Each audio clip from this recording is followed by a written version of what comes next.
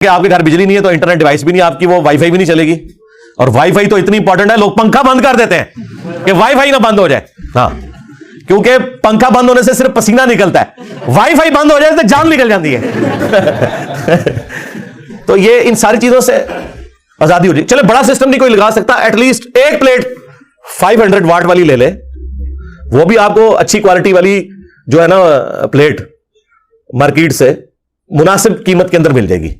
تو at least اس کے اوپر آپ کے 2 پنکھے آسانی سے چل جائیں گے. وہ پنکھے بھی آپ نئے آج کل آ گئے ڈی سی والے, تو وہ دن کے وقت تو آپ کے کم از کم دن کے وقت تو بجلی کو ایشو نہ رہے. اور پھر اگر ایک بیٹری چھوٹی سی رکھ لیں تو وہ 35-40 واٹ والے پنکھے بھی آ گئے. یہ بڑے والے پنکھے بھی نا 35-40 واٹ میں, وہ ڈی سی اے سی دونوں کے اوپر چلتے ہیں. اور ایک بیٹری اگر آپ کے پاس 150 یا 200 امپیر آور والی موجود ہے نا, تو وہ پوری رات بھی بجلی نہ ہو آپ کے 2 پنکھے آرام سے چلیں گے 35 واٹ والے. تو آپ کو تردد نہیں ہوگا. اس لیے جو لوگ افورڈ کر سکتے ہیں وہ یہ ضرور کریں. بلکہ میں نے تو ریکویسٹ کی تھی جو ہماری ہاؤسنگ سوسائٹیز ہیں, جس طرح بڑے لیول پہ بیریئر ٹاؤن ہے, سٹی ہاؤسنگ ہے یا ڈی ایچ اے ہے, اس میں تو یہ کمپلسری کریں کہ آپ مجھے بتائیں ایک بندہ ڈی ایچ اے میں جا کے کوٹھی بنا رہا ہے, ایک بندے نے بیریئر ٹاؤن میں گھر بنایا ہوا ہے, اس کا پلاٹ ہی کروڑوں میں ہے اور اوپر کروڑوں کی کنسٹرکشن کی ہے, تو 20-25 لاکھ روپیہ تو اونٹ کے منہ میں زیرہ ہے, وہ اپنا سولر سسٹم نہیں لگا سکتا.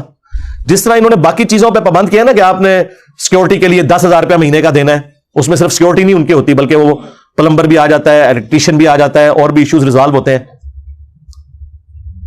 ساری فیسلٹیز وہ پینل میں دیتے ہیں. وہاں پہ یہ پابندی لگا دیں کہ جی بیریئر ٹاؤن میں, ڈی ایچ اے میں, سٹی ہاؤسنگ میں جو بھی بندہ مکان بنائے گا تو ہمیں پتہ ہے اس کی قوت خرید اور اس کی استطاعت والا معاملہ ایسا ہے, تو وہ 1 سال کے اندر اندر اپنا سولر سسٹم ضرور انسٹال کرے گا. 1 سال تک تو اسے بجلی ہم دیں گے, اس کے بعد ہم اسے بجلی نہیں دیں گے, وہ اپنی بجلی خود بنائے. اس کا فائدہ یہ ہوگا میرے بھائیوں کہ یہ جو بجلی ہے نا یہ غریب بندوں تک پہنچے گی. اور ویسے بھی آپ یہ صدقے خیرات کی بجلی کھا رہے ہیں. گورنمنٹ جو آپ کو 25 روپے کا ایک یونٹ دیتی ہے نا, خود اس کی جو اپنی لاگت ہے وہ 35 سے 40 روپے ہے, وہ سبسڈی آپ کو دے رہی ہوتی ہے. اب ایک ارب پتی یا کروڑ پتی بندے کا کام کیا ہے کہ وہ سبسڈائز ریٹ کے اوپر بجلی وابڈا سے لے رہا ہے. ظاہر ہے وہ پاکستان میں تو نظام ایسا ہی ہے, تو وہ آپ صدقے خیرات کی چیز لے رہے ہیں, تو یہ ان لوگوں کو دیں جن کا حق ہے. جس طرح اب یہ جو حکومت آئی ہے انہوں نے کوئی سسٹم شروع کیا ہے کہ ہم غریب اور امیر کا اس حوالے سے قوت خرید کے پوائنٹ آف ویو سے فرق کریں گے. ویسے تھیوریٹیکلی تو کہہ رہے ہیں, پریکٹیکلی بھی اللہ کرے, یہ تو بڑی سخت زیادتی ہے کہ ایک بندہ پراڈو کے اندر پٹرول ڈلوا رہا ہے اور وہ بھی پٹرول اتنی قیمت کا خرید رہا ہے, اور ایک بندہ جو ہے وہ 70 کے اندر ڈلوا رہا ہے اور وہ بھی اتنے کا خرید رہا ہے. کیوں؟ اس کے لیے کم قیمت ہونی چاہیے کیونکہ وہ بیچارہ اتنا افورڈ کر نہیں سکتا. وہ دے, وہ افورڈ کر سکتا ہے. اس طرح جو سولر سسٹم افورڈ کر سکتے ہیں انہیں کیوں وابڈا بجلی دے سبسڈائز ریٹ کے اوپر. ٹھیک ہے 1 سال کا ٹائم دے دیں گے اپنی انسٹالیشن, ویسے تو انسٹالیشن 1 دن کے اندر ہو جاتی ہے, کوئی مسئلہ نہیں ہے, لیکن چلو 1 سال کا ٹائم دے دیں کہ اسٹیبل ہو جائے. بورنگ اپنی کروائیں, وہ تو لوگ کرواتے ہیں عموماً, میں نے دیکھا ہے CCTV کیمرے بھی لوگ لگوا رہے ہیں. لیکن سولر کے اوپر یہ میری ریکویسٹ ہے ملک ریاض صاحب سے بھی جو بیریئر ٹاؤن کو لے کے چل رہے ہیں, جو اس وقت ڈرائیونگ سیٹ کے اوپر ہے اس طرح کی ساری ہاؤسنگ اسکیمز کے پوائنٹ آف ویو سے, یا وہ سٹی ہاؤسنگ کے جو میجر عامر صاحب ہیں, اور ڈی ایچ اے کو جو لوگ دیکھ رہے ہیں ہمارے فوج کے ادارے کے لوگ, یہ لوگ یار پابند کریں. آپ لوگ یہ قوم کے ساتھ بہت بڑی خدمت کریں گے, اور زیادہ بجلی کا یوز بھی آپ کے ہاؤسنگ اسکیمز میں ہوتا ہے. ہر گھر کے ہر کمرے میں لوگوں نے AC لگائے ہیں, اور آپ کو پتا پاکستان میں گرمیوں میں 40% جو لوڈ ہے نا وہ ایئر کنڈیشننگ کا ہے. 100 میں سے 40 حصے صرف ایئر کنڈیشننگ کے اوپر لگ رہے ہیں, اور 60 جو ہے باقی کاموں کے لیے ہوتے ہیں. اتنا بڑا یعنی آلموسٹ آدھی بجلی ایئر کنڈیشننگ کے نظام کے اوپر جاری ہے. اور ایئر کنڈیشن کون افورڈ کرتا ہے؟ غریب آدمی تو بیچارہ پنکھا بھی مشکل سے افورڈ کر رہا ہے. میں تو اس دن رپورٹ دیکھ رہا تھا, میں حیران ہو گیا کہ پاکستان میں 75% لوگ, 2/3 لوگ وہ ہیں کہ جن کا جو مہینے کے جو یونٹ یوز ہوتے ہیں نا جی, مہینے کے یونٹ وہ 300 یونٹ ہے, اور ان میں بھی 50% ایسے ہیں جو 200 یونٹ والے ہیں. اندازہ کریں یار, میں تو یار 300 یونٹ آج کل کوئی یونٹ ہے مجھے بتائیں, اور 200 یونٹ یعنی پاکستان کی آدھی آبادی ایسی ہے جو 200 یونٹ سے زیادہ نہیں بجلی کا استعمال کرتی. 200 یونٹ تو شاہی کوئی نہیں یار, لیکن غربت اتنی ہے لوگ افورڈ ہی نہیں کر سکتے. تو اگر اس طریقے سے سولر سسٹم ہو جائے, اور یہ گورنمنٹ کی بھی ذمہ داری ہے, ایٹ لیسٹ جو سرکاری ملازم ہے, جس طرح GPF کا ان کا سسٹم چل رہا ہے, پیرلل میں ان کی تنخواہ میں سے پیسے کاٹیں, اور انہیں سولر سسٹم لگوا کے دیں گھر میں. بینک بھی جو ہے وہ بغیر سود کے قرضہ دیں اور ڈائریکٹلی تنخواہ میں سے پیسے کٹ کے سرکاری ملازمین کے یا دوسرے لوگ بھی جو مانا دینا چاہتے ہیں وہ دیں. کیونکہ آج جو پلیٹ آپ کو 40,000 روپے کی مل رہی ہے پاکستان میں تو 2 مہینے بعد وہ 60,000 کی ہو جاتی ہے. میں آپ کو صحیح بتا رہا ہوں. یعنی یہ 5 kVA کا سسٹم آج سے 5 سال پہلے 5 لاکھ کا لگتا تھا, اب مشکل سے 15 لاکھ کا لگے گا. یہ 4-5 سالوں کے اندر اتنے ریٹ بڑھ گئے اور ابھی آگے بڑھ رہے ہیں. دنیا میں تو کم ہو رہے ہیں چائنا کی برکت سے. سرکار یہ چائنا نہ ہو, چائنا غریباں دی ماں. یہ امریکہ کے اوپر ہوتا نا تو یہ سولر سسٹم پاکستان میں آندہ 100 سال بعد بھی نہیں آنا تھا. یہ جو اچانک جو سولر کا بوم آیا, یہ نہ سمجھے کہ ٹیکنالوجی کوئی ابھی آئی ہے, یہ پہلے کو افورڈ ہی نہیں کر سکتا تھا. آج جو آپ کو پلیٹ سولر کی 40,000 کی مل رہی ہے نا, چائنا کو نکال دینا, اگر چائنا نہ اس میں کودا ہوتا, یہ 40,000 کی پلیٹ آج بھی ایک پلیٹ 4 لاکھ کی ملنی تھی. اور یہ کروڑوں میں سسٹم انسٹال ہونے تھے جو آج لاکھوں میں ہو رہے ہیں. یہ چائنا کی وجہ سے یہ سارا کچھ سستا ہوا ہے, جب وہ اس میدان میں کودے اور انہوں نے عام بندے کی پہنچ تک یہ چیزیں بنا دی. ورنہ تو ابھی بھی, اور چائنا میں انہوں نے دیکھے جس طرح ہمارے پہاڑوں کے اوپر جنگلات نظر آتے ہیں نا کلومیٹر سے پہلے ہوئے, وہ سولر پلیٹیں پہاڑوں پہ لگائی ہوئی ہیں انہوں نے, سمندروں کے اوپر لگائی ہیں. آپ ذرا یوٹیوب کے اوپر جا کے دیکھیں. بلکہ آج کل تو میں دیکھ رہا ہوں سولر پلیٹس کو وہ گرین ہاؤس بنا رہے ہیں اس کے ذریعے. پہلے تو وہ پلاسٹک کے بنانے پڑتے تھے نا, اب وہ اس کی ہائٹ ایسی رکھتے ہیں پلیٹ کی کہ اس کے نیچے وہ فصل بھی اگاتے ہیں اور ایکسیسو دھوپ بھی نیچے نہیں پڑتی, وہ چھاؤں کا کام بھی کرتی ہے اور گرین ہاؤس کا کام بھی کرتی ہے. سردیوں کے اندر جو ہیٹ ہے وہ ضائع بھی نہیں ہوتی پلیٹ کی برکت سے. بجلی لالا سے بن رہی ہے. تو دنیا تو پتہ نہیں کہاں سے کہاں پہنچی ہوئی ہے. ہم لوگ صرف ابھی یہاں پہ صرف بجلی جو بیسک نیڈ ہے ہماری, پنکھا اور لائٹ چلانے کے لیے, ایئر کنڈیشن تو چھوڑ دیں, یہ بھی ہم پوری نہیں کر پا رہے. اور مسئلہ پاکستان کا بجلی سے زیادہ سستی بجلی ہے.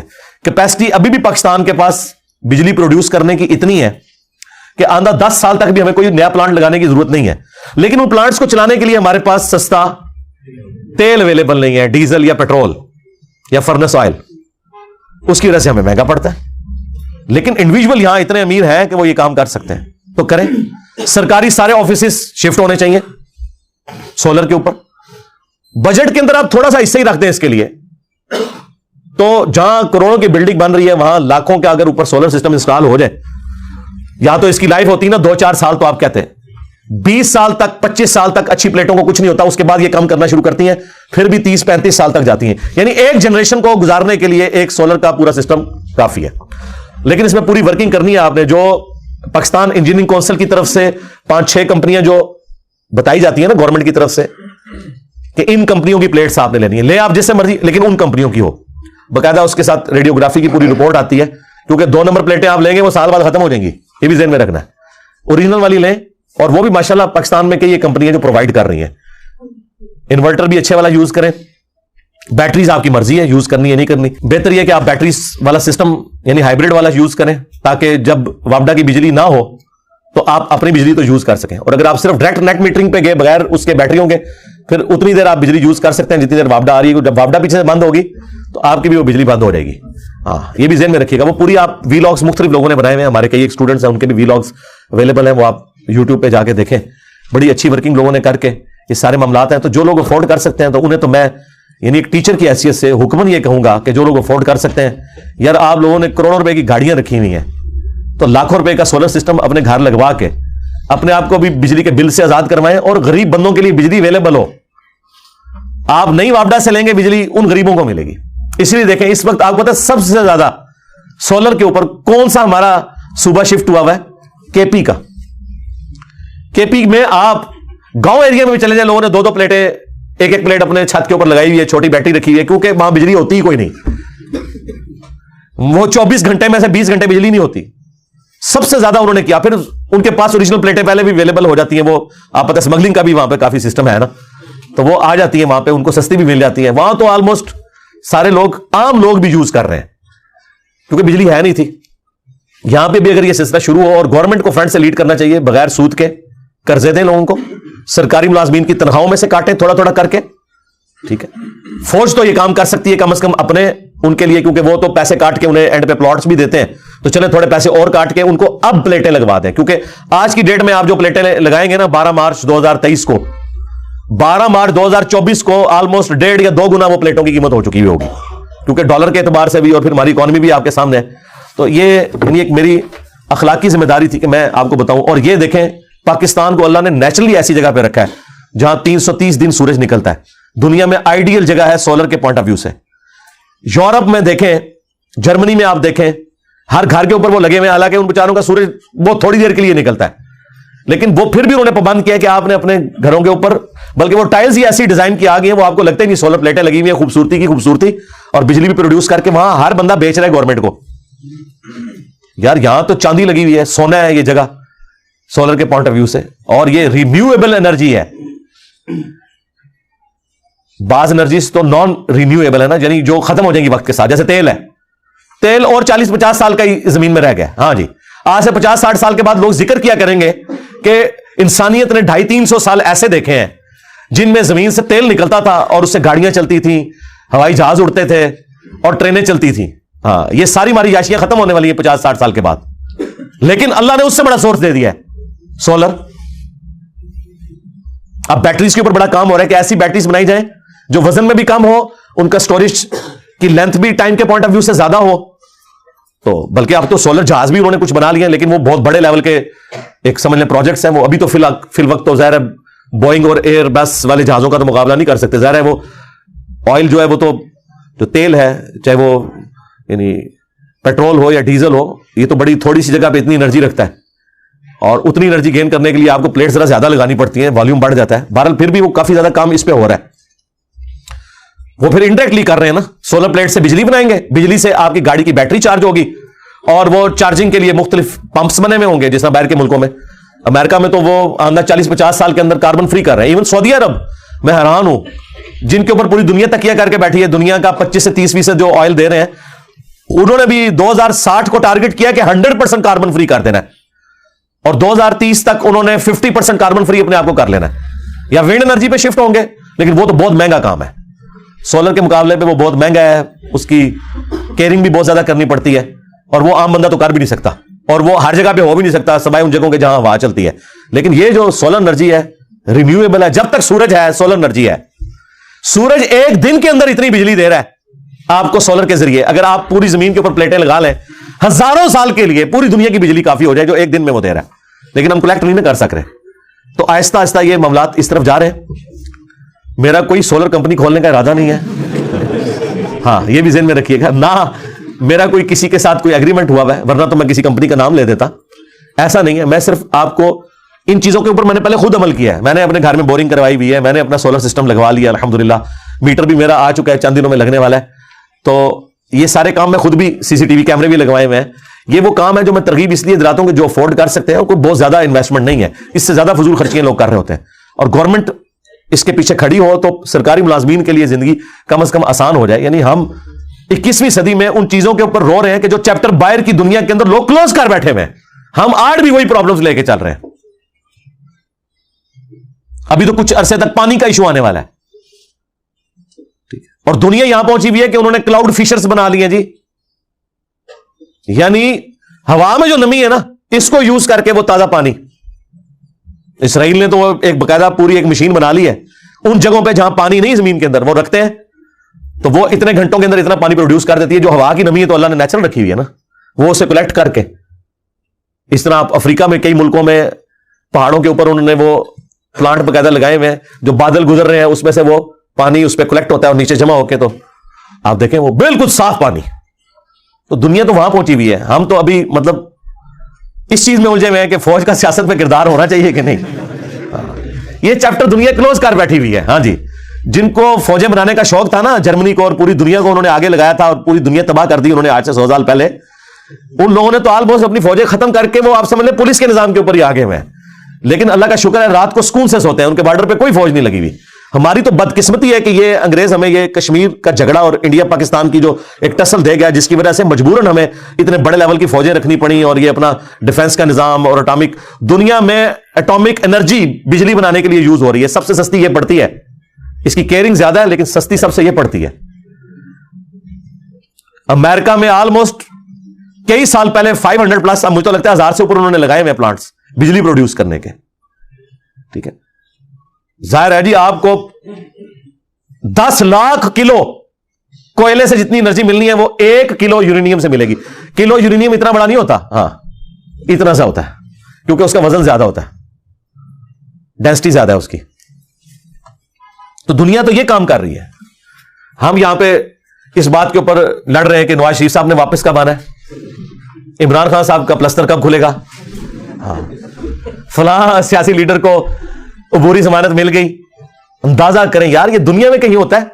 آپ ایک لمحے کے لیے سوچیں کہ ہم ٹی وی پہ کیا دیکھ رہے ہیں. اتنا برا وقت ہم پہ آ گیا. 8 سے 15-20 سال پہلے ٹی وی کے اوپر لوگ یہ دیکھتے تھے. میں حیران ہوں, جب میں میٹرک میں نے کی نا, اس وقت پی ٹی وی 2 نیا نیا شروع ہوا تھا, پی ٹی وی 2. اور پی ٹی وی 2 کے اوپر جتنی سائنٹیفک ڈسکوریز جو لیٹسٹ ہو رہی ہیں نا, اردو میں وہ ٹرانسلیٹ کر کے نا, جسے نیشنل جغرافک کا ایک ہندی والا ورژن انڈیا نے شروع کیا ہے, اور وہ دیکھیں وہ کیبل نیٹ ورک پہ وہ بند کر دیا انہوں نے. یہ ان لوگوں کی عقل کا لیول ہے کہ انڈیا کے چینل بند کیے تو Discovery, Animal Planet, National Geographic, جس کو ٹرانسلیٹ کرنے کے لیے ہمارے پاس تو بجٹ نہیں, انڈیا والے مفت کر کے دے رہے ہیں آپ کو. وہ کتنی کیبل کی فیس ہے, وہ بند کر دیے انہوں نے چینل. اور ڈراموں والے چینل بند کرتے ہیں. یار یہ کیوں تم نے ہمیں تعلیم سے محروم کر دیا ہمارے بچوں کو؟ یا تو خود کرو نا اسے اردو میں ٹرانسلیٹ. چلو جنہوں نے کیا یار, وہ انگریزی کتنے لوگوں کو آتی ہے. تو پی ٹی وی 2 اس وقت نیا نیا شروع ہوا تھا, تو وہ تمام اس طرح کے پروگرام آتے تھے.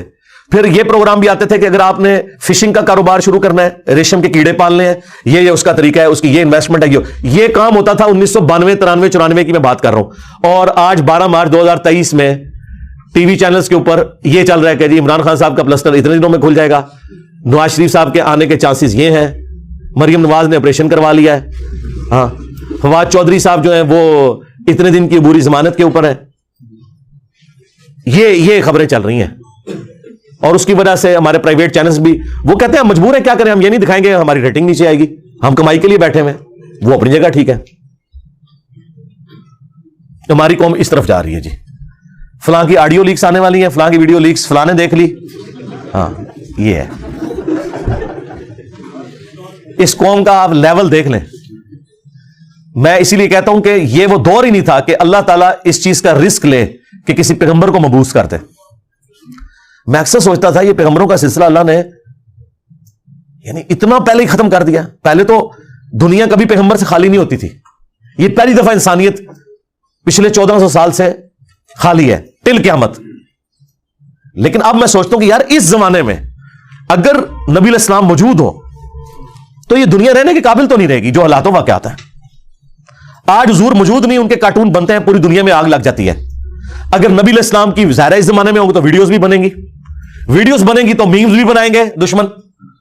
تو دنیا تو قتل و غارت کی ماجگاہی بن جائے گی یہ ویڈیو اور تصویر کے فتنے کی وجہ سے. واقعی یہ دور اس قابل نہیں تھا کہ یہاں کوئی وقت کا پیغمبر اس دور میں مبعوث ہوتا, ورنہ یہ ساری ٹیکنالوجی ختم کرنی پڑنی تھی. وہ اللہ نے تو پہلی فورس ہی کیا ہوا تھا نا کہ یہ کچھ ہو جانا ہے. ذرا آپ ایک لمحے کے لیے سوچیں کہ نبی علیہ السلام دنیا میں تشریف لے آئے اس وقت, تو دنیا زیر زبر نہیں ہو جائے گی, یعنی سسٹین ہی نہیں کر سکتے آپ. گلی گلی قتل و غارت شروع ہو جائے گا. ظاہر ہے کہ جب مخالفین اس طرح کی حرکتیں کریں گے تو مسلمانوں کے ایمان چیلنج ہو رہے ہوں گے, اور یہی تماشا لگا رہے گا. دنیا رہنے کے قابل نہیں رہے گی. یہ تصویر کا اور ویڈیوز کا فتنہ اتنا بڑا ہے. پھر سکینڈل ایک دوسرے کے بنانا, ہزاروں سکینڈل بنائے جائیں تو کہیں نہ کہیں وسوسہ آ جاتا ہے یار کوئی نہ کوئی غلطی ہوئی ہونی ہے نا. اور یہ بات اگر آپ پیغمبر کے بارے میں سوچ لیں تو ایمان سے گئے. وہ بخاری مسلم حدیث ہے نا, نبی علیہ السلام رات کے اندھیرے میں ایک عورت سے کافی دیر تک مسجد نبوی میں گفتگو کرتے رہے, حالانکہ حضور اعتکاف بیٹھے ہوئے تھے. پھر اس عورت کے ساتھ مسجد سے باہر نکلے اور اس عورت کو گھر چھوڑ کر واپس آئے. راستے میں آپ نے ایک چوراہے پہ صحابہ کرام کو دیکھا, کوئی اسٹریٹ لائٹ نہیں ہے, گھوپ اندھیرا ہے, صرف بندے کھڑے ہونے کا احساس ہے. تو نبی علیہ السلام وہاں کھڑے ہوئے اور فرمایا کہ یہ میری بیوی صفیہ مجھے ملنے آئی تھی اعتکاف میں, تو رات اندھیرے والی تھی تو میں اسے گھر تک چھوڑنے گیا تھا. اس سے ثابت ہوا کہ اعتکاف میں آپ ضرورت کے تحت باہر نکل سکتے ہیں, اپنے گھر بھی جا سکتے ہیں. تو صحابہ کرام نے کہا یا رسول اللہ, ہم آپ کے بارے میں گمان بھی نہیں کر سکتے کہ آپ کوئی ایسا معاملہ کریں, کسی غیر محرم عورت کے ساتھ آپ اس طرح گفتگو کر رہے ہو. تو آپ نے فرمایا کہ شیطان انسان کے جسم میں خون کی طرح دوڑتا ہے. اچھا, لیڈر کی ذمہ داری ہے کہ وہ اپنے فالوورز کو بھی بدگمانی سے بچائے گا. وہ کوئی ایسا کام نہ کرے کہ اس کی وجہ سے لوگ بدگمان ہو, اور اگر وہ کام مجبوراً کوئی ایسا کر رہا ہے جس کی وجہ سے چانسز ہیں کہ اس کے فالوورز بدگمانی کا شکار ہے تو اسے کلیریفائی کرے پبلکلی. اور نبی کے بارے میں اگر کوئی بدگمان ہوتا ہے وہ تو ایمان سے ہی جائے گا. نبی کے علاوہ کسی کے بارے میں آپ بدگمان ہو جائیں کوئی مسئلہ نہیں ہے، زیادہ زیادہ بدگمانی کا گناہ کبیرہ آپ کے نامہ مال میں لکھا جائے گا، وہ بھی اللہ کی مرضی، پکڑ کرے نہ کرے معاف کر دے، وہ اللہ کی مرضی. لیکن نبی کے بارے میں ایسا کوئی معاملہ ہوا تو آپ اپنے ایمان سے ہاتھ دھو بیٹھیں گے. تو یہ جدید دور کے کتنے ایک آزمائشیں جڑی ہوئی ہیں اس حوالے سے. تو یہ بات وہ کتے سے شروع ہوئی تھی، کہاں سے کہاں پہنچ گئی ہیں جی. دروشی پڑھیں، اللہم صلی اللہ علیہ وسلم.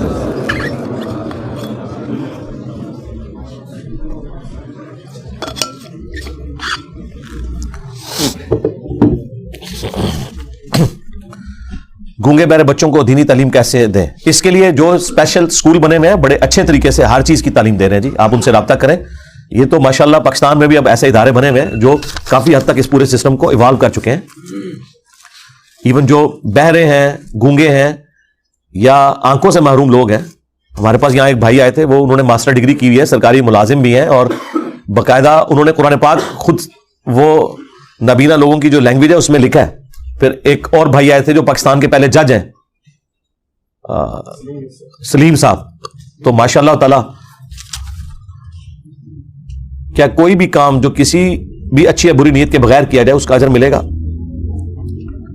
اچھا کام ہے تو اس کا اجر ملے گا، سوائے ایک چیز کے کہ اس میں ریاکاری نہیں ہونی چاہیے. یہ جو کہا گیا نا انما الاعمال بالنیات، یہ نیک اعمال کے بارے میں ہے، برے اعمال کے بارے میں نہیں. برا عمل آپ اچھی نیت سے بھی کریں وہ گناہ ہی ہے، یہ ذہن میں رکھیے گا. یہ اچھے عمل کے بارے میں ہے. بخاری مسلم دونوں میں حدیث ہے. بخاری کی پہلی حدیث یہ ہے کہ انما الاعمال بالنیات، اعمال کا دار و مدار صرف نیتوں کے اوپر ہے. جس نے اللہ اور اس کے رسول کے لیے ہجرت کی اس کی ہجرت اس کے لیے لکھی جائے گی، اور جس نے کسی عورت کے نکاح کی خواہش میں یا کاروبار کے لیے ہجرت کی اس کے لیے ہجرت اس اعتبار سے لکھی جائے گی. وہ ہجرت وہ والی ہجرت ہے جو فرض ہجرت تھی، جو سورۃ النساء میں ہے کہ کوئی ہجرت نہیں کرے گا تو منافق شمار کیا جائے گا. اس وقت حکم تھا کہ مکے سے مدینہ شریف آنا ہے تاکہ ساری مین پاور ایک جگہ اور وہاں سے ایک انقلابی دعوت لانچ ہو. ظاہر نبی علیہ السلام مستقبل میں جنگیں کرنے والے تھے تو اس کے لیے مین پاور ایک جگہ ہونا ضروری تھی. تو اس اعتبار سے کہا گیا کہ بعض لوگ صرف اس وجہ سے بھی ہجرت کرنے شروع ہو گئے کہ جہاں وہ رشتہ کرنے کا ارادہ رکھتے تھے وہ عورتیں ہجرت کر کے وہاں آ گئیں یا مرد وہاں آ گئے اور عورتیں ان کے پیچھے آ گئیں. تو پھر فرمایا گیا کہ یہ ہجرت اسپیسیفکلی اللہ کے لیے ہونی چاہیے. حالانکہ ہجرت نیکی کا کام ہے، ظاہر برائی کا کام تو نہیں ہے. تو وہ نیکی کا کام بھی اللہ کے لیے خالص ہونا چاہیے، دنیا کمانے کے لیے نہیں ہونا چاہیے. تو آٹومیٹکلی ثواب تو ملے گا الا یہ کہ کوئی ریاکاری والا معاملہ ہوتا ہے یا اس سے دنیا کمانا شروع کر دے تو پھر اس کا اجر دنیا میں ہے، آخرت میں نہیں ہے. اور جو مسلم شریف میں حدیث ہے کہ ایک سخی کو، ایک قاری کو بلایا جائے گا قیامت والے دن، اور ایک شہید کو اللہ تعالیٰ ایک ایک کو اس کی نعمتیں گنوائے گا. شہید کہے گا یا اللہ جان دے دی اور کیا کرتا؟ اللہ فرمائے گا اس لیے دی کہ لوگ تجھے بہادر کہیں اور دنیا میں تیری بہادری کے چرچے ہو بھی گئے، دنیا میں نام مل چکا، اوندا منہ کر کے جہنم میں.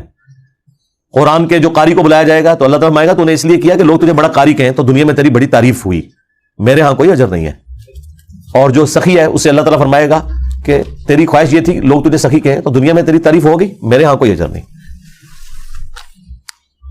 باغی گروہ کو ماموں پارٹی خارجیوں پر تعبیر کرتے ہیں، یہ تو پرانی باتیں ہو چکی میرے بھائی، میں نے ویڈیوز میں ریکارڈ کروا دیا. ابو الغادیہ رضی اللہ تعالیٰ عنہ خود مانتے ہیں، یہ تو چیپٹر کلوز ہو چکا ہے کب سے. ان کے اپنے مخالفین علماء بھی مانتے ہیں اس بات کو، یہ چیپٹر کلوز ہے. کہنے سے کیا ہوتا ہے؟ کہنے کو تو عام بریلوی تو بندی بھی کہتے ہیں ساڈا طریقہ بھی لکھا ہے بخاری مسلم نماز دا، پڑھا تو نہیں نہ ہویا تھا، کہتے ہیں لکھا ہوا ہے. فجر کی جماعت کے دوران سنتیں ادا نہیں کرنی چاہیے، لیکن امام طحاوی سے روایات بیان کی ہیں عمر بن خطاب کے حوالے سے. ویسے تو زیادہ تر یہ روایتیں کمزور ہیں، اور اگر کہیں ہے بھی ہے نا تو وہ بہت بڑی مسجد کے لیے جو 2 حصوں میں بنی ہوئی ہو اور نماز 45 منٹ کی فجر کی ہو رہی ہو. ظاہر ہے اس زمانے میں پھر نماز یہ ہوتی تھی، انبیوں کی تو نماز ہی 5 منٹ کی ہوتی ہے. تو 45 منٹ کی اگر فجر کی نماز ہے جس میں پہلی رکعت 15 سے 20 منٹ کی ہے، اس دوران ایک بندہ مسجد میں داخل ہوا ہے اور مسجد کے ایک کونے میں کھڑے ہو کے جہاں پہ تلاوت کی آواز نہیں آ رہی، اسپیکر نہیں لگانا چاہیے، پورا عمل کرنا ہے. ہاں قرات سننا فرض ہے. ویسے تو کہتے ہیں وَإِذَا قُرِئَ الْقُرْآنُ فَاسْتَمِعُوا لَهُ، اور حالت یہ ہے کہ زور اثر میں بھی نہیں پڑھتے. ٹھیک ہے، آپ انہوں بھول گئی آیت. یہ ساری شرائط ہوں تو میں بھی قائل ہوں کہ آپ مسجد کے کونے میں کھڑے ہو کے جہاں 40 منٹ کی فجر کی نماز ہو رہی ہے نا، ایک رکعت 20 منٹ کی ہے پہلی، تو آپ آئیں تو یقیناً ایسی جگہ پہ کھڑے ہوں جہاں امام کی قرات کی آواز نہیں آ رہی، آپ ایک کونے میں کھڑے ہو کے جلدی سے 2 رکعتیں ادا کر کے اس میں شامل ہو جائیں، بالکل ٹھیک ہے. لیکن ٹائم قیامت تک جیسا نہیں مسجد لب ہو تو یہ ہے ہی نہیں چکے، تو اگلا رزلٹ تو ویسے ہی نہیں نکلے گا. زکوٰۃ رمضان میں ہی دینی چاہیے؟ رمضان میں زکات ادا کرنے کا ثواب زیادہ, بالکل زیادہ ہے, وہ تو حدیث میں ہے نا کہ 70 گنا تک بڑھا دیا جاتا ہے, نوافل کا ثواب فرض کے برابر ہو جاتا ہے, فرض کا 70 گنا بڑھا دیا جاتا ہے. اور دوسرا, حساب و کتاب رکھنا بھی آسان ہے, کیونکہ آپ کے اوپر زکات سولر ایئرز کے اعتبار سے نہیں, لیونر ایئرز کے اعتبار سے ہے, اور آلموسٹ 36 سال کے بعد 1 سال کا فرق نکل آئے گا. ہاں, کیونکہ چاند کا سال 355 دنوں کا ہوتا ہے, اور جو سولر ایئر ہے وہ 365 دنوں کا ہوتا ہے. تو ویسے ضروری نہیں آپ رمضان میں دیں, آپ زکات ایڈوانس بھی دے سکتے ہیں, کسی بھی مہینے میں دیں, پورے سال میں ڈیوائڈ کر کے دیں, وہ آپ کی مرضی ہے. لیکن حساب ضرور رمضان میں لگا لیا کریں, کیونکہ سال میں ایک دن تو ایسا ہونا چاہیے جس دن آپ بیٹھ کے حساب کریں. مثلا ابھی میری وائف کہہ رہی تھی کہ اس سال ہماری زکات ڈبل بن جائے گی, کیونکہ پچھلے سال 1,05,000 روپے تولا تھا, اب 2 لاکھ روپے تولا سونا ہو چکا ہے. تو اب حساب تو لگانا ہے نا ہم نے, حساب نہیں لگاؤں گا تو میں بس بغیر حساب ہی دیتا رہوں گا. اور یہ اصل وجہ یہی ہے غربت کی پاکستان جیسے ملک کے اندر, کہ زکات کا سسٹم اسٹیبلش نہیں ہے. لوگ بغیر حساب کے زکات دے رہے ہوتے ہیں, اور وہ بغیر حساب کے اس لیے دیتے ہیں کہ حساب لگائیں گے تو زکات کروڑوں میں بنے گی, بغیر حساب کے تو ایک افطاری کروانی ہوگی 2 لاکھ روپے دے کے. اور جیسی حساب نہیں رکھی تھا تو کاروبار حساب لا کے کر دو. اتنے تو کہتے ہو اگر 360 روپے بل بنے نا, بلکہ 365 روپے, اور کوئی 360 دو, کہتے نہیں 5 پہلے رکھو, 360 بعد ہی لانگا, اتنا 5 پہلے دو. ہاں, تو جدو زکات دی واری ہے تو حساب نہیں لائی دا. پاکستان میں لاکھوں لوگ ہیں ایسے جن کے پاس اربوں روپے ہے. 100 میں 2.5 روپے دینا بڑا آسان ہے, لاکھ کے پیچھے سال کا 2,500 دینا بھی آسان ہے, لیکن کروڑ کے پیچھے سال کا 2.5 لاکھ دینا, اور ارب کے پیچھے سال کا 2.5 کروڑ نکالنا, ہر سال نکالنا, وہ ارب ہی کٹنا شروع ہو جائے گا سرکار. ہاں, تو یہ کوئی نہیں دیتے زکات پوری. لوگ کہتے ہیں پاکستان میں چیریٹی بہت دی جاتی ہے, سرکار جو دینی چاہیے اس کا 100واں حصہ بھی نہیں ہے. ٹیکس تو آپ دیکھ لیں چوری کرتے ہی کرتے ہیں, زکات بھی کوئی نہیں دیتے. کم علمی کی وجہ سے ماضی میں مال کی زکات نہ نکال سکے, ٹھیک ہے, توبہ کر لے اور پرانے سالوں کا حساب لگائیں, جتنا آپ آسانی سے نکال سکتے ہیں وہ نکال دیں, اور باقی کے لیے اللہ سے توبہ کر لیں, اور آندہ کے لیے اپنے معاملات کو درست کر لیں. روزوں کا تسلسل برقرار رکھنے کے لیے عورتیں حیض روکنے کے لیے میڈیسن استعمال کرتی ہیں, بالکل کرنا چاہیے, ہم تو کہتے ہیں کریں. عمرے کے دنوں میں بھی ایسی میڈیسن یوز کریں. یہ نہیں ہے کہ پوری ساتھ آپ کے ساتھ ٹیم گئی ہوئی ہے اور آپ کے ساتھ یہ معاملہ بن جائے تو وہ خام خواہ لوگ پھر ازمائش میں پڑ جاتے ہیں. ویسے تو حج کا جو پیکج ہے نا, وہ تو انہوں نے 40 دن کا رکھا ہوتا ہے کہ سپوز اگر کسی عورت کو مینسز آ بھی جائیں تب بھی وہ طواف وداع جو اس نے کرنا ہوتا ہے نا, وہ اتنا آپشن اویلیبل ہوتا ہے. یہ نہیں کرتے کہ وہ فوراً ہی آپ کو مدینہ شریف لے جاتے ہیں, نہیں, لیکن جو جاتے ہی 5-6 دنوں کے لیے ہیں تو انہیں میڈیسن ضرور یوز کرنی چاہیے, چاہے وہ عمرے کے لیے جائے چاہے اس کے لیے. اچھی بات ہے, کوئی مسئلہ نہیں. سعودی عرب میں 29-30 روزے کرنے کے بعد پاکستان عید کرنے آنا ہو تو پاکستان کے مطابق روزے رکھے جائیں گے. اگر تو 30 کی گنتی پوری ہو چکی ہے تو چاند کا مہینہ بخاری مسلم میں یا 29 کا ہوگا یا 30 کا, پھر تو پاکستان میں آپ روزہ نہیں رکھیں گے. یعنی آپ نے سعودیہ میں 30 روزے پورے کیے اور آپ ادھر پہنچ گئے اور پاکستان ابھی روزہ چل رہا تھا, تو اب آپ روزہ نہیں رکھیں گے, کیونکہ 31واں روزہ نہیں ہوتا رمضان کا. لیکن اس دن آپ اعلانیہ کھائیں پیئیں گے بھی نہیں, اور نہ آپ عید منائیں گے, کیونکہ عید آپ نے یہاں کے مطابق منانی ہے. اور مسلم شریف میں حدیث ہے نا کہ ایک قافلہ آیا تھا شام سے, تو ابن عباس نے ان سے جب پوچھا تو شام میں مدینہ شریف سے ایک دن پہلے چاند نکلا ہوا تھا, تو انہوں نے کہا تم وہاں سے آئے ہو تو اب یہاں پہنچے ہو تو یہاں کے مطابق معاملات کو لے کے چلو گے, رہ گئے وہ لوگ وہ اپنے چاند کو دیکھیں گے. ٹھیک ہو گیا جی. البتہ آپ یہاں آئے, سعودیہ میں 29 روزے رکھے تھے, یہاں آپ آئے یہاں 29واں چل رہا تھا, اور چانس بھی ہے کہ 29 ہوں گے, لیکن آپ وہ روزہ رکھیں گے کیونکہ 30 تک تو ہے نا روزے, وہ آپ نے رکھنا ہے, لیکن 30 سے زیادہ نہیں رکھ سکتے. لوہے یا اسٹیل کی انگوٹھی مدد کے لیے پہننا, مدد کیا مطلب, کسی کو مارنے کے لیے ہوگی, ظاہر ہے انگوٹھی تو کسی کو کچھ نہیں دے سکتی. ہاں جی. جنت کا یاقوت ہے حجر اسود, ترمذی میں آیا, اور بخاری مسلم میں ہے. حضرت عمر کہتے ہیں تو ایک پتھر ہے, نہ کسی کو نفع دے سکتا ہے نہ نقصان. اگر جنت کا یاقوت کسی کو نفع نقصان نہیں دے سکتا تو اس دنیا کا یاقوت کیا کرے گا کسی کا. نہیں پہن سکتے جی لوہے کی انگوٹھی, صرف چاندی کی مرد پہنے گا. مرحوم والد کے لیے سب سے اچھا صدقہ جاریہ بتا دیں. کسی غریب بچے کی تعلیم کا خرچہ اٹھا لیں, یہ سب سے بہترین صدقہ جاریہ ہے. بہن بھائیوں میں کوئی غریب ہے اس کو سپورٹ کریں, رشتہ داروں میں کوئی غریب ہے اسے سپورٹ کریں.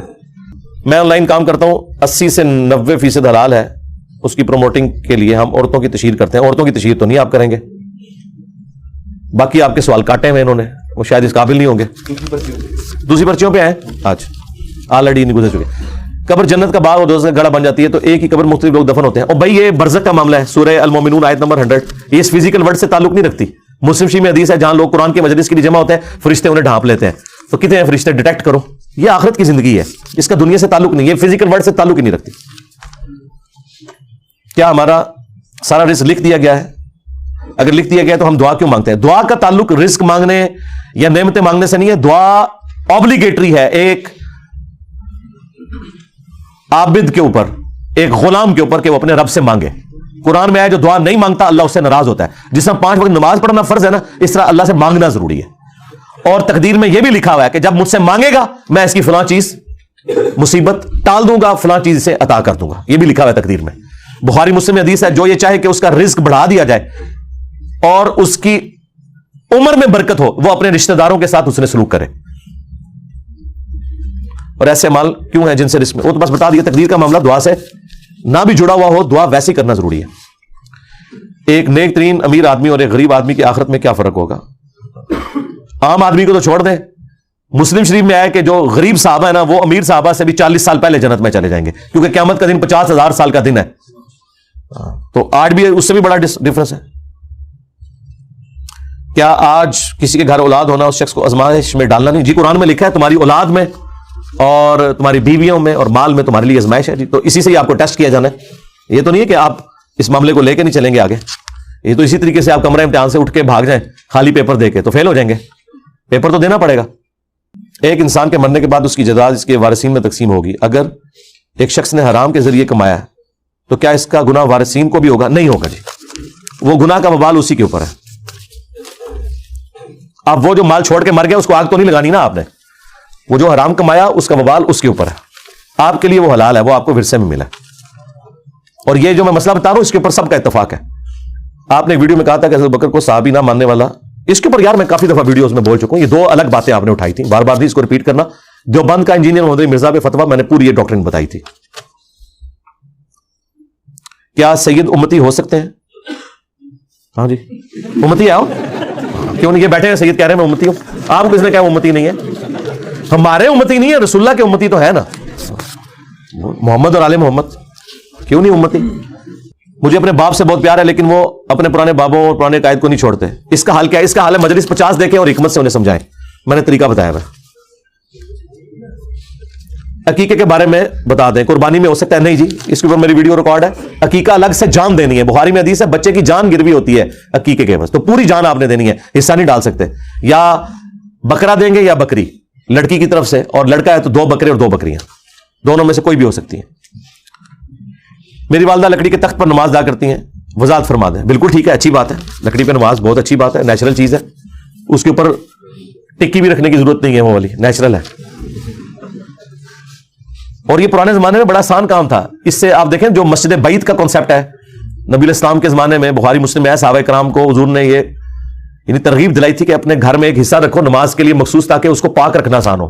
تو یہ جو لکڑی کا جائے نماز ہے نا, یہ پاک رکھنا بڑا آسان ہے, کیونکہ یہ باقاعدہ پوری ایک سمجھ لیں لادہ سے ایک پلیٹ فارم بنا ہوتا ہے. آپ اس کو شفٹ کر سکتے ہیں. اس کے اوپر چڑھ کے تو گندگی کوئی نہیں کرے گا. زیادہ فرش پہ گندگی ہوگی تو نیچے سے صاف ہو جائے گی, تو وہ پاک ہی رہتا ہے. یہ تو بہت اچھا ہے. میں عراق کام کرنے کے لیے جا رہا ہوں. مجھے اس ملک میں رہنا کیسا ہے؟ وہ ملک شیعہ کا ہے. یار عراق جائیں گے تو شیعہ ہیں, آپ سعودیہ چلے جائیں گے تو وہابی ہیں, تو سارے مسلمان ہیں یار, جدھر مرضی جائیں, کیا فرق پڑتا ہے؟ جنت میں سب کی عمر 31 یا 33 سال ہوگی تو ہمارے ماں باپ سیم ایج کی ہوں گے انشاءاللہ. جی وہاں جنت کے معاملات وہیں جا کے دیکھیں گے, تو انہوں نے ٹینشن پہ گئی ہے. جنت کی ڈائنامکس ہی الگ ہے. دنیا میں آپ اس کی مثال بھی نہیں بیان کر سکتے. ٹھیک ہے, دنیا میں یعنی نبی کی بیویاں بھی ہیں نا, تو ان میں بھی وہ سوکن والا ایشو ہے, ایک دوسرے سے جیلسی فیکٹر ہے نا. آخرت میں نہیں ہے. اب اس کو دنیا میں کیسے کوئی عورت امیجن کر سکتی ہے کہ میرے شوہر کی اتنی بیویاں ہوں اور میں جیلس نہ ہوں؟ تو کر سکتا ہے امیجن؟ مجھے بتائیں. تو آخرت کی مثال دی نہیں نہ جا سکتی. میرا ایک دوست آپ صلی اللہ علیہ وسلم پر جادو والی حدیث کا انکار کرتا ہے. جی اس کو میرا وہ لیکچر سنا دیں, اس کے اوپر اتفاق ہے. اور یہ کوئی نبی کا نقص نہیں ہے. نبی علیہ السلام پہ باقی تکلیف بھی تو آئی ہے نا. اگر کوئی کہتا ہے کہ نبی علیہ السلام کی حفاظت اللہ تعالیٰ فرمانے والا ہے, تو پھر جنگ احد میں آپ کے دانت کیوں شہید ہوئے؟ یہ تو آزمائش ہے نا. آپ کا کوئی بیٹا جوانی کی عمر کو نہیں پہنچا, اللہ کی طرف سے آزمائش ہے. جادو بھی ایک آزمائش تھی, ایک علاج نازل ہونا تھا, ہو گیا. وہ حدیث بخاری مسلم میں ہے. آپ جادو والی حدیث اور میرا نام لکھیں, وہ تفصیلی ویڈیو کھل جائے گی. یہ پوری ڈاکٹرن ہے. اگر امام صاحب کے ٹخنے ننگے نہ ہو اور تیسری چوتھی رکعت میں سورہ فاتحہ پڑھ نہ سکے تو دوسرے امام کے پاس چلے جائیں میرے بھائی. بہتر امام دنیا میں بھی اگر آپ کو ایک دکان سے اچھا دودھ نہ ملے آپ دوسری دکان پہ چلے جاتے ہیں. نائٹ شفٹ میں کام کرنا درست ہے کیونکہ قرآن میں آیا کہ دن کو آرام. قرآن میں جو آئے یہ عمومی بات ہے, عموماً ایسا ہی ہوتا ہے. لیکن اب جہاں 6 مہینے کا دن 6 مہینے کی رات ہے وہاں تو ظاہر ہے کہ 6 مہینے انہوں نے گھڑیوں کے اعتبار سے ڈیوائڈ کیے ہوئے. باقی رہ گئے نبی اسلام کے زمانے میں بھی جی رات کے وقت بھی صحابہ کرام جاگتے تھے. ابو داؤد میں حدیث نہیں ہے کچھ صحابہ پیرے کے اوپر تھے, وہ نائٹ شفٹ میں ہی کام کر رہے تھے نا, وہ کیوں نہیں سو گئے؟ ان کی وجہ سے باقی لوگ سو گئے. تو نائٹ شفٹ کا کام بھی بالکل درست ہے آپ کے لیے. پھر وہ نائٹ آپ کا دن ہے, بس نمازیں قضا نہ ہو, باقی تو شریعت کو کوئی اس سے مسئلہ نہیں ہے. ہاں میڈیکلی رات کی نیند بہتر ہے دن کی نیند سے, لیکن جو سیکورٹی ایشوز ہیں اس میں نبی اسلام کے زمانے میں بھی صحابہ کرام نائٹ شفٹوں میں کام کرتے تھے, رات کے وقت کوئی حملہ نہ کر دے. ایون نبی اسلام کے خیمے کے باہر بھی صحابہ کرام پوری رات پہرا دیتے تھے جنگوں کے دوران. تو نبی اسلام نے تو ان سے نہیں فرمایا کہ جا کے سو جاؤ, وہ پھر ظاہر دن کو سوتے تھے تبھی رات کو پہرا دیتے تھے. اگر پچھلی نماز رہتی ہو مثلا زور اور اثر کی جماعت کا وقت ہو جائے تو قضا ادا کیجیے. قضا نہیں ہوگی بھائی, مغرب کا وقت جب تک شروع نہیں ہوتا زور اور اثر قضا نہیں ہوگی, جب تک فجر کا وقت شروع نہیں ہوتا مغرب اور عشاء قضا نہیں ہوگی, کیونکہ یہ اللہ نے ٹالرنس رکھی ہے کہ زور اثر کا ٹائم زور کا وقت داخل ہونے سے لے کے مغرب تک رہتا ہے. اور جمع تقدیم, جمع سوری, جمع تاخیر تینوں طریقے سے سنت ہے. عمومی سنت یہی ہے کہ آپ نے زور اثر کو الگ پڑھنا ہے, لیکن کبھی آپ کو جمع کرنے پڑ جائیں اثر کے وقت میں آپ جا کے زور ساتھ ملائیں یا زور کے ساتھ اثر پڑھ لیں, نماز قضا نہیں ہوتی. قضا ہوگی جب غروب آفتاب ہو گیا. نائٹ شفٹ کی وجہ سے نمازیں ملاتا ہوں. نائٹ شفٹ کی وجہ سے کیوں نمازیں ملانی پڑ رہی ہیں؟ رات کو کون سی نماز آ گئی ہے آپ کی جو آپ کو ملانی پڑ گئی ہے؟ مغرب عشاء ملا کے شفٹ پہ چلے جائیں, ٹھیک ہے, مغرب پڑھ لیں عشاء پڑھ لیں, 1.5 گھنٹے کے فرق ہے, اس میں کون سا ایسا مسئلہ ہے؟ تو مجھے تو سمجھ نہیں ہے. لیکن اگر پھر بھی اگر کوئی ایسی آپ کی کریٹیکل جاب ہے تو کر سکتے ہیں, جمع کر سکتے ہیں, اس پہ تفصیلی ویڈیو ہے. پرانی قبر میں نئے مردے کو دفنانا ٹھیک ہے جی, دفنا سکتے ہیں. ایک سے زیادہ مردے بھی دفنائے جا سکتے ہیں جگہ کی قلت کی وجہ سے. بخاری میں موجود ہے نبی الاسلام نے غزوہ احد کے موقع پر ایک قبر میں کئی مردوں کو دفن کیا. کیا اسلامک بینک میں سیونگ اکاؤنٹ کھولا جا سکتا؟ بالکل کھولا جا سکتا ہے, انشورنس بھی کروا سکتے ہیں. ظاہر ہے وہ منی اگینسٹ گڈس کاروبار کرتے ہیں, وہ پیسے کے بدلے پیسہ نہیں کرتے, وہ باقاعدہ اس کو کاروبار میں لگاتے ہیں, کر سکتے ہیں. کہہ رہے ہیں 14 سال کا بچہ ہے اور اس کا ابھی تک ختنے نہیں ہوئے تو بعد میں کروا لیں, کوئی مسئلہ نہیں ہے. اس کا کوئی تعلق اسلام کے ساتھ اس حوالے سے نہیں ہے کہ وہ مسلمان نہیں ہوگا. جس طرح باقی اعمال ہیں سنت, مونچھیں پس کرنا, ناخن کاٹنا, ان میں سے ایک ختنہ بھی ہے. بخاری مسلم میں ہے 5 چیزیں فطرت سے, تو بعد میں کروا لیں آپ ختنہ. بخاری میں آتا ہے کہ 80 سال سے زیادہ عمر تھی حضرت ابراہیم کی جب انہوں نے اپنے ختنے خود کیے تھے, اس وقت ختنے کا حکم ہے. تو حضرت ابراہیم علیہ السلام کے 80 سال تو ختنے ان کے بھی کوئی نہیں ہوئے تھے, لیکن اب ہم پر تو پہلے دن سے یہ اپلائی ہے. جس طرح صحابہ کرام پہ پہلے شراب حرام نہیں تھی, لیکن جب حکم آ گیا تو آج کوئی یہ نہیں کہے گا کہ میں بھی پہلے پورا اتنا عرصہ شراب پیوں گا اور پھر بعد میں حرام ہوگی میرے اوپر. نہیں, ہم پہ پہلے دن سے ہے, تو آپ کروا لیں. اب تو بہت آسان ہے. آپ کا سال ثواب والا لیکچر سننے کے بعد اپنی فیملی میں ہم قل یا قبر پکی نہیں کرواتے, مگر محلے میں اگر کوئی قل پر بلائے تو اس پہ جائیں انویٹیشن کے اوپر یا نہ جائیں, ٹھیک ہے. وہ دعا میں آپ شامل ہو جائیں, دعا کے طور پر تو جائیں آپ. ظاہر ہے کہ قطع تعلق کی تو آپ نے نہیں کرنی, اور جہاں آپ اوائڈ کر سکتے ہیں ضرور کریں.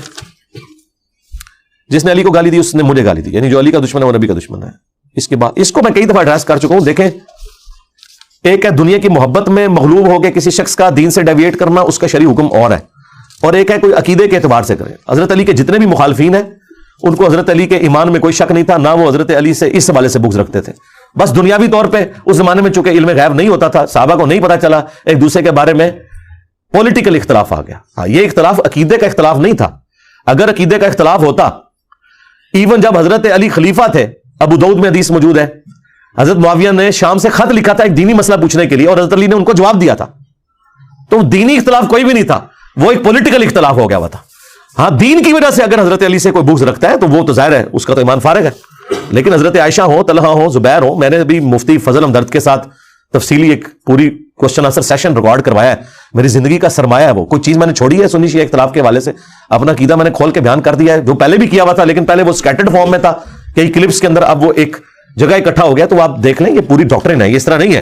یہ وہی ہے جو بخاری مسلم میں ہے کہ مجھے خطرہ نہیں کہ تم میرے پاس شرک کرو, لیکن دنیا کی محبت میں ایک دوسرے کو قتل کرو گے. بس یہ ہو گیا. آپ زبردست کام کر رہے ہیں مگر لوگوں کو اعتراض ہے. جی, زبردست کام کے اوپر اعتراض ہی بنتا ہے نا. ہاں, وہ جنید سلیم صاحب والی بات ہے کہ آپ چلتے پانی میں پتھر پھینکے تو ارتعاش ہوتا ہے. انجینئر صاحب نے تو پہاڑ لا کے پھینک دیا ہے, پانی خشک ہو گیا, پھر کیا تھا؟ اعتراض سے بنتا ہے. بہت سے سوالوں کے جواب میں دے دیتا ہوں, مگر آپ کا لہجہ سخت ہے. کیا صاحب؟ جی, حضرت عمر سے تو بہت نرم ہے میرا رویہ. جس دن ہمارے مخالفین حضرت عمر کو یہ ڈکلیئر کر دیں کہ وہ انجینئر صاحب سے زیادہ سخت ہے, اس دن میں نرم ہو جاؤں گا, ٹائم قیامت تک ہے. لیکن یہ زیادتی تو نہ کرے. ایک بندہ حضور کی صحبت میں رہ کے بھی اپنی طبیعت کی سختی رکھتا ہو, اور ایک بندہ 1400 سال بعد آ کے اس سے زیادہ نرم ہو. ایک بندہ حضور کی مجلس میں بار بار تلوار نکالے, یا رسول اللہ اجازت ہے اس کا گلا کاٹو. انجینئر صاحب نے کبھی بال پوائنٹ بھی کسی کو نہیں مارا ہو. تو یہ تو نہ کر رہے یار, کون سی باتیں کر رہے ہیں. اگر آپ کے اندر اتنا علمی حوصلہ نہیں کہ آپ یہ کہہ سکیں کہ میں حضرت عمر سے زیادہ نرم ہوں, تو آپ کو مجھے سمجھانے کا کوئی حق باقی نہیں ہے. اور باقی یہ آپ کا جو دعویٰ ہے یہ بالکل غلط ہے. میں الحمدللہ میرے سے زیادہ نرم اس پلانٹ ارتھ پہ اگر کوئی دائی ہے تو اس پہ انگلی رکھے. کون ہے بتائیں, کون سا بندہ ہے؟ لیکن ٹاپک بھی میرے والے ڈسکس کرتا ہو. ہاں, یہ نہیں ہو سکتا کہ انجینئر صاحب طارق جمیل صاحب جو ہے وہ روٹی بغیر چمچ اور کانٹے کے کھاتے ہیں, اور آپ مرغ پلاؤ جو ہے وہ چمچ اور کانٹے کے ساتھ کیوں کھاتے ہیں. میں کہتا ہوں اپنی عقل کا علاج کرا, تو روٹی کو کمپیئر کروا رہا ہے مرغ پلاؤ کے ساتھ. مرغ پلاؤ جو ہے وہ طارق جمیل صاحب نے بھی کبھی کھایا تو وہ چمچ اور کانٹے کے ساتھ ہی کھائیں گے. ٹھیک ہے, جو ہمارے ٹاپکس ہیں. ٹھیک ہے, میں اب بات نہیں کرتا کسی کا نام لیے بغیر. یقین کریں آپ کے علماء اتنے بزدل ہیں, اپنی ٹرولنگ سے, اپنی لائف تھریٹ کی وجہ سے وہ ان ٹاپکس کے اوپر بات ہی نہیں کرتے. بزدل 60-70 سال کے ہو کے بھی اگر صحیح بات نہیں کوئی بتا رہا تو اسے بزدل ہی کہا جائے گا نا. کیونکہ جامعہ ترمذی میں حدیث ہے کہ میری امت کی عمریں جو ہے وہ 60 سال کی رینج میں. بخاری میں حدیث ہے جس کو اللہ نے 60 سال عمر دے دی اس کے اوپر حجت تمام کر دی. 60 سال کے بعد کون سی حکمت تم لے کے چل رہے ہو؟ تم اپنی زندگی گزار چکے ہو, نہیں بولتے, ڈرتے ہیں. تو میرے زیادہ کوئی نرم نہیں ہے, اور جو میرے ٹاپکس پہ بولتا ہے وہ سٹارٹ اس سے کرتا ہے فلاں کافر ہے, فلاں سورہ نسور ہے. کہنا انہاں بڑے تے اخلاص منگو تو بڑے بڑے لوگ ان گداواں نو خیر پا ہی دیں گے. چلو جی چلیے, او بھابیاں دی اذان اے تے کٹا دے اے تے سور دے سور چل چلیے.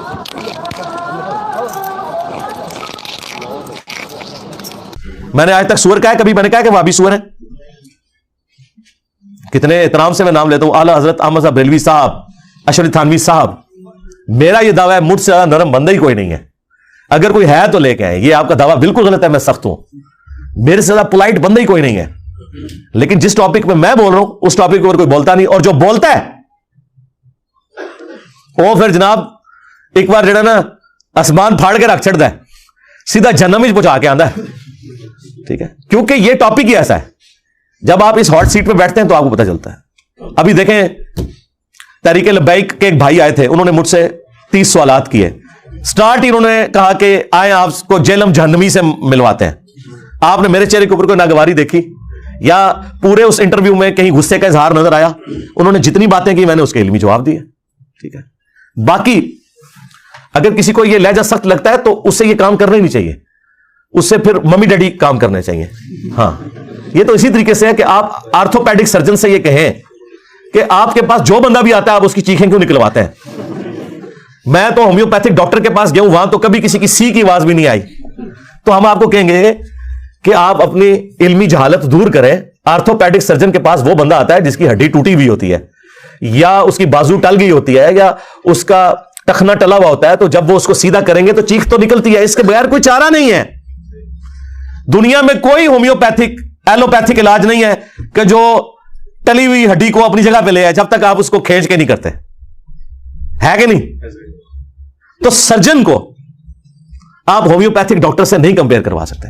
میں ہومیوپیتھک بھی کرتا ہوں علاج, ہاں یہ ذہن میں رکھیے گا. ہومیوپیتھک علاج میں دیکھیں, میں نے صبح شام کے سنت اذکار کے اوپر ویڈیو نہیں ریکارڈ کرائی, درود شریف کے فضائل کے اوپر میں نے ویڈیوز نہیں ریکارڈ کروائی, فرض نماز کے بعد سنت اذکار کے اوپر وہ ساری ہومیوپیتھک ویڈیوز ہیں, آپ وہ دیکھیں. آپ آ کے سیدھے ہی آ کے بائی پاس کا آپریشن یا اپینڈکس کا آپریشن دیکھ رہے ہیں اور کہ انجینئر صاحب نے ہارٹ مستری پڑے ہوتے ہاتھ, تو ظاہر ہے آپ کو یہی لگے گا نا. تو آپ کو اگر, اور آپ کو بتاؤں جو لوگ میڈیکل کی فیلڈ میں بھی جو یہ اس طرح اور اس طرح کی چیزوں کو دیکھ کے ڈر جاتے ہیں نا, ان کو سرجن نہیں بھی بنایا جاتا. اگر آپ کا دل ہی اتنا سے آپ سرجن نہیں مان سکتے تو جو سرجنوں کا کام تو انہوں نے ختم کرے. سرجن دنیا سے ختم ہو گئے تو آپ کے کوئی بھی دوائی وہ کام نہیں کر سکتی جو سرجری کر سکتی ہے. دنیا میں کوئی علاج نہیں ہے کہ جب آپ کا سٹنٹ ڈالنے والا ہوا ہے تو کوئی دوائی آپ کو ایسے ہی ہو کہ وہ آپ کا کولیسٹرول کا وہ ایشو جو ہے ریزالو کر دے. سٹنٹ ڈلنا ہی ڈلنا ہے بھائی, اور اگر زیادہ بگڑ گیا تو بائی پاس ہونا ہے آپ کا, اور اس میں سیدھا گرائنڈر چلتا ہے ادھر. ہاں, یہ چھوٹا گرائنڈر چلاتے ہیں, کڑ کڑ کر کے یہ سارا آپ کا سینے کی ساری پسلیاں توڑ کے یوں کھولتے ہیں, پھر دل نکالتے ہیں اور پھر آپریشن کرتے ہیں. پھر یہاں سے ٹانگ سے ایک نس نکال کے اس کو وہ کرتے ہیں. اب آپ یہ آپریشن ایک یوٹیوب پہ دیکھ لیں ایک ڈاکٹر کا, تو آپ اس ڈاکٹر پہ لانتے بھیجیں گے کیا؟ آپ کو نہیں پتا کتنی بڑی خدمت کر رہا ہے وہ انسانیت کی, اور وہ خدمت کر رہا ہے جو کوئی دنیا کا ہومیوپیتھک ایلوپیتھک نہیں کر سکتا, کوئی حکیم نہیں کر سکتا, ہے کہ نہیں؟ تو سرکار یہی کام میں کر رہا ہوں, اور میں ہے بھی اکیلا ہوں اس فیلڈ کے اندر, کیونکہ اس فیلڈ میں جو گھسے گا نا اسے اپنی اور اپنی فیملی اور اپنے دوستوں کی لائف سٹیک پہ لگانی پڑے گی. دنیا اس کے لیے پھر جنت نہیں رہے گی. ہاں, وہ آزادانہ گھوم نہیں سکتا. اور مزے کی بات, بلکہ دکھ کی بات, کہ اس سے خطرہ غیر مسلموں سے نہیں مسلمانوں سے ہوگا. آپ رفع الیدین کے ساتھ کسی سڑک پہ کھڑے ہو کے نماز پڑھیں, آپ کو خطرہ یہ نہیں ہوگا کہ وہاں صفائی کرنے والا جو کرسچن ہے وہ آ کے تو جھاڑو سے آپ کی پٹائی شروع کر دے گا, یا کوئی ہندو وہاں سے گزر رہا ہے تو وہ آپ کے سر پہ آگے کو بیلچا مار دے گا. آپ کو داڑھی والوں سے, پگڑی والوں سے, ان حنفیوں سے ڈر لگے گا جو کہتے ہیں کہ رفع الیدین منسوخ ہو چکا ہے. تو مسلمان جب مسلمان سے ڈرے سنت پہ عمل کرتے ہوئے, تو وہاں پھر اللہ تعالیٰ نے انجینئر جیسی بلائی چھوڑنی ہے نا. دیکھا کیسے بلوں میں گھس گئے ہیں یار وہ بدماش جن کے بارے میں آپ کے بدماش اینکر بھی نام نہیں لے سکتے ان کے. میں نام لے کے انہوں نے پڑ کے رکھ دینا, اور ایسے دبک دیں دوبارہ ان کی زبان نہیں کھلتی. دیکھا کہ نہیں, یہ مذہبی دہشت گرد جو آپ کے ملک کے اندر پائے جاتے ہیں ہر فرقے کے اندر, ایک بیان میرے بارے میں دیتے ہیں, میں لا کے آتش پڑھا چھڑنا, وڑ جانے دوبارہ نکلنے نہیں اپنی کھوڑی چبار, ہے نا. تو آیا نا قابو میں رہے. اور دوسرے لوگ جو ہیں وہ دبے دبے الفاظ میں بات کریں گے, بعض تنظیمیں, بعض لوگ ایسی تیسی نہیں تھوڑی, کیونکہ ظاہر ہے میں تو 302 ہوں, سیدھی سی بات ہے. ہاں, میری لائف تو آپ نے کر دی ونریبل, ٹھیک ہے, میں تو اپنی جان ہتھیلی پہ رکھ کے پھر رہا ہوں, لیکن تہاڈی منجی میں ٹھوک دینی ہے, تہاڈا کوئی بابا نہیں میں چھڈنا. ہاں, جنہ بولو گے میں اونہ تانوں بے عزت کراں گا. اور میں نے دیکھیں یہ کرنے کے بعد کلچر ہی بدل دیا ہے. کل تک جن بزرگوں کا لوگ احترام کرتے تھے جہالت کی وجہ سے, وہ بزرگ اس قابل نہیں تھے, ایون اہل حدیث بھی ان کے نام بڑے احترام سے لیتے تھے, آج ان بزرگوں کے ناموں پہ میمز بن رہی ہیں. اور میمز کون بنا رہا ہے؟ ان بزرگوں کی عبادت کرنے والے جو بابے تھے نا, ان کے اپنے بچے ریورٹ ہو کے اپنے بابوں کی میمز بنا رہے ہیں. یہ ہے جناب تبدیلی دنیا میں. خان صاحب تو تبدیلی نہیں لا سکے, لیکن اسی گڑی تبدیلی لانی تھی, وہ لیا چھٹی. پورا مسلمانوں کا کلچر چینج ہو گیا. لوگ کہتے ہیں جنہیں سب سٹوڈنٹس بنائے, کوئی مدرسہ کھولیں جس میں بندے تیار کریں. سرکار بندے تو تیار اس لیے کیے جاتے ہیں تاکہ یہ بندے تیار کر کے 100-150 سال میں آپ اپنی جنریشن کو ٹرانسفارم کر دیں دوسری فارم میں. جب ہم نے 10 سالوں کے اندر پوری کی پوری امت مسلمہ کا قبلہ بغداد شریف, دیوبند شریف, اجمیر شریف, بریلی شریف سے ہٹا کے مکہ اور مدینہ کی طرف کر دیا ہے روحانی قبلہ, تو آپ پیچھے کیا کام کرنے والا رہ گیا؟ مجھے بتائیں کون سا ایسا کام ہے جو کرنے والا رہ گیا؟ The damage has been done. ان کے فرقوں کے ساتھ جو ڈیمیج ہونا تھا وہ ہو چکا, اللہ کا شکر ہے. تو الحمدللہ میرے سے زیادہ خوش مزاج یار کہ میری میمز ایویں بنی ہوئی ہیں, جو میری ویڈیوز لگی ہوئی ہیں. اگر میں سخت مزاج ہوں تو میرے کلپ ہی نہیں بیچ میں سے آپ کاٹ سکتے, ٹھیک ہے. مزاحیہ ویڈیوز بھی دیکھیں, اور وہ لطیفے نہیں گندے جو مولوی سناتے ہیں نا, اوریجنل واقعات اس پہ دیکھیں. سینکڑوں گھنٹوں کی میری ویڈیوز موجود ہیں جو میں نے واقعات سنائے ہیں. تو میں تو عام طبیعت میں بھی انتہائی مزاحیہ طبیعت کا مالک ہوں, یہ آپ ذہن میں رکھیں. لیکن اس ڈیکورم کا ایک تقاضا ہے. مسلم شریف میں حدیث ہے, نبی علیہ السلام جب ممبر پہ چڑھتے آپ کی آواز بلند ہو جاتی, آنکھیں سرخ ہو جاتی, غصے میں اضافہ ہو جاتا. غصے کے الفاظ ہیں, جیسا کوئی جرنیل اپنی فوج کو تیار کر رہا ہو. نبی علیہ السلام کا جو ممبر کا سٹائل تھا نا جمعے اور عید کا, وہ طارق جمیل یا غامدی سٹائل نہیں تھا, وہ ڈاکٹر اسرار والا سٹائل تھا. یہ مسلم شریف 2005 نمبر حدیث جا کے پڑھ لیں. آپ کو رسول اللہ کا تعارف ہی اگر غلط کروایا گیا ہے تو میرا کیا قصور ہے؟ اس لیے میں اکثر کہتا ہوں کہ اگر نبی علیہ السلام دنیا میں تشریف لے آئے نا, تو جس نبی کا تعارف انہیں کروایا گیا ہے نا, انہوں نے ماننا ہی نہیں کہ یہ وہ بندہ ہے. یار اگر یہ میرے کہنے پہ نہیں مان رہے کہ دین میں فرقے نہیں بنانے, اپنے آپ کو مسلم کہنا ہے, نبی علیہ السلام دنیا میں تشریف لے آئے اور وہ فرمائیں کہ اپنے آپ کو مسلم کہنا ہے, بریلوی دیوبندی اہل حدیث نہیں کہنا, انہوں نے یہ نہیں ماننا کہ حضور کا حکم مانیں گے, کہیں گے یہ وہ نبی نہیں ہے. ہمارا نبی تو وہ تھا جو ہمیں کہہ کے گیا تھا کہ ایک فرقہ جنتی جائے گا, تو اس فرقے کا نام بریلوی ہے. نبی تو یہ غیبی خبر دے کے گئے تھے کہ یہ گندگی ہو جائے گی تم نے کرنی نہیں, اور اس کو فرقہ نہیں کہا تھا, ایک جماعت کہا تھا حق پہ رہے گی. فرقہ تو وہ ہوتا ہے جو جماعت کو چھوڑ کے الگ ہو جائے. پروفیسی کو انہوں نے اللہ کے نبی کا حکم بنا دیا. یہ اتنے جاہل ہیں, کل کو انہوں نے مسلم کی حدیث پڑھی تو ان کے مولوی تو اس سے مطلب یہ نکالیں گے. حالانکہ عام آدمی نہیں مطلب عام آدمی کو مسلم کی حدیث پڑھائے نا کہ قرب قیامت میں ایسی عورتیں آئیں گی جو لباس تو پہنے ہوئے ہوں گی لیکن ننگی نظر آئیں گی, اور ان کے بارے میں وعید بھی اس میں آئی ہے. یا ایسا چست لباس ہوگا یا ایسا باریک. عام آدمی پڑھ کے اس سے اپنی گھر کی عورتوں کو سمجھائے گا کہ چست اور باریک لباس نہ پہنو, لیکن مجھے ڈر ہے کہ مولوی اس میں سے رزلٹ نکالے گا اے تو حضور نے فرمایا سی ہوئے گا, کل تو میری زنانی بھی باریک لباس پائے گی. تو یہی کر رہے ہیں نا, حضور نے فرمایا سی کہ 73 فرقے ہوں گے, اور حضور نے یہ نہیں کہا تھا کہ فرقے بڑھاؤ. آپ نے تو رونا رویا امت کا کہ بنی اسرائیل 72 میں بٹ گئی تھی اور سب جہنم میں چلے گئے تھے. میری امت 73 میں بٹے گی اور 72 یہاں بھی جہنم میں ہی جائیں گے. اور جنمی کہہ کے گئے نے فرقے حضور, اور فرمایا ایک گروہ حق پہ رہے گا. بخاری مسلم میں آیا, اور امام بخاری نے اس پہ پتہ کیا باب باندھا, ہوا اہل العلم, اس سے مراد اہل علم ہے. ایک گروہ, فرقے سارے جہنمی ہیں. وہ جو ایک ہے نا وہ فرقہ نہیں ہے. عربی میں فرق کہتے ہیں ٹوٹ کے الگ ہونے کو. درخت سے جب کو پتا ٹوٹتا ہے نا اسے کہا جاتا ہے یہ فرق ہو گیا. درخت فرقہ نہیں ہے. اب پتا نہیں کہہ سکتا تو بھی ایک فرقہ میں بھی ایک فرقہ, ایسا نہیں ہوگا. تو اصل تھی نبی الاسلام صحابہ اور اہل بیت, ان میں سے فرقے بننا شروع ہو گئے. بعد میں خوارج آ گئے, معتزلہ آ گئے, ناصبی آ گئے, رافضی آ گئے, اور کرتے کرتے اب تو 7100 فرقے بنے ہوئے ہیں. وہ اپنی اصل کو چھوڑ گئے. ہم نے اس اصل کی طرف جانا ہے. جس دین کا یہ حال ہو چکا ہو اس کے ماننے والوں کا کہ آپ اپنا تعارف ہی نہیں کروا سکتے کہ میں مسلمان ہوں. آپ کسی بریلوی کی مسجد میں جائیں نا اور آپ سے پوچھیں کہ آپ کس فرقے سے, آپ کے میرا کوئی فرقہ نہیں, میں مسلمان ہوں. آگے وہ کہے گا میں کافر ہوں. اس نے پھر پوچھو اگو کہ تو کافر نہیں تو کیا ہے, پھر وہ کہے گا میں بریلوی ہاں یا اہل سنت والے جماعت ہاں یا اہل سنت وا جماعت ہاں اور حنفی ہاں. ان کو یار اے ذرا 10 قرآن دی سی کتے لکھے تے ٹائم قیامت تک ہی کڈ اپنی طرف سے بنائی ہوئی چیزیں. یعنی ایک غریب او تو بدتمیز, ایک جاہل او تو کانفیڈنس لیول آسمانہ دے ہے. یعنی جہالت کے باوجود کانفیڈنس لیول ہے. تو ان کی مثال ان ٹین ایجز بچوں کی سی ہے جو ویلنگ کر رہے ہیں موٹر بائک پہ اور یہ سمجھے ہوئے ہیں کہ میرا کبھی ایکسیڈنٹ نہیں ہونا, میں ماشاءاللہ بڑا ایکسپرٹ ہوں. اور دیکھنے والے بےچارے یا بدوائیں دے رہے ہوتے ہیں یا دعائیں دے رہے ہوتے ہیں کہ اللہ اس دی خیر کریں, انہیں بجنے کتنے جا کے, چل خود بھی مر جائے نا, رام موت مر جائے کوئی مسئلہ نہیں ہے. دکھ یہ ہوتا ہے جب کسی دوسرے کو جا کے یہ مارتے ہیں. مجھے بتائیں, ایک شریف آدمی اپنی بیوی اور 2 بچوں کے ساتھ موٹر بائک پہ جا رہا ہے اور پیچھے سے یہ ویلنگ کرتے ہوئے آئے اور اس کو ٹھوک دے, ٹھیک ہے, اس کی بیوی یا بچہ مر جائے, اس کا کیا قصور ہے؟ تو رام موت مرا تھا, اس کو تو نے کیوں اس تکلیف میں ڈالا؟ لیکن وہ کر رہے ہیں کیونکہ ان کو پتہ ہی نہیں کہ اس کے رزلٹ کیا نکلنے والے ہیں. بس یہ بھی ان کا بھی یہی حال ہے. ہم لوگوں کو الحمدللہ اس لیے ایجوکیٹ کر رہے ہیں. لو جی تہاڈا پورا تھدا مکا چھڑیا, میں کسی دی پرچی اگے آئی ہوئے میں نہ پڑھی ہو.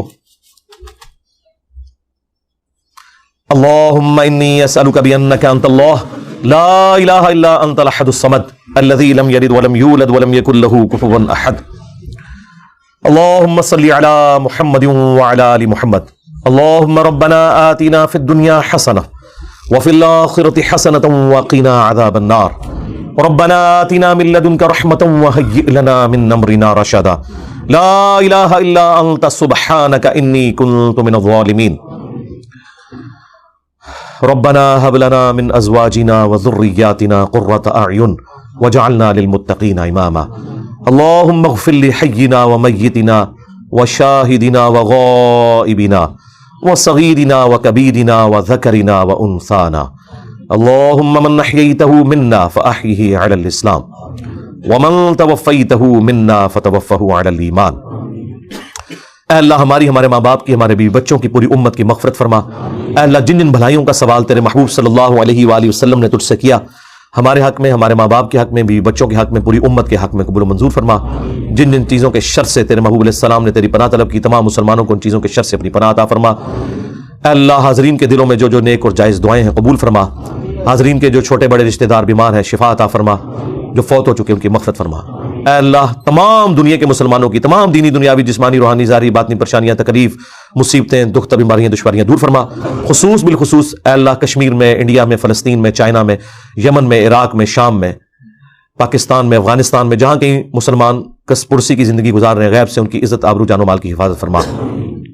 اے اللہ ہمارے ملک پاکستان کی خیر فرما, پورے عالم اسلام کی خیر فرما, اندرونی اور بیرونی خطرات سے محفوظ فرما. سبحان ربک رب العزت عما یصفون وسلام علی المرسلین والحمد للہ رب العالمین وصلی اللہ علی النبی الکریم وعلی آلہ واصحابہ اجمعین الی یوم الدین.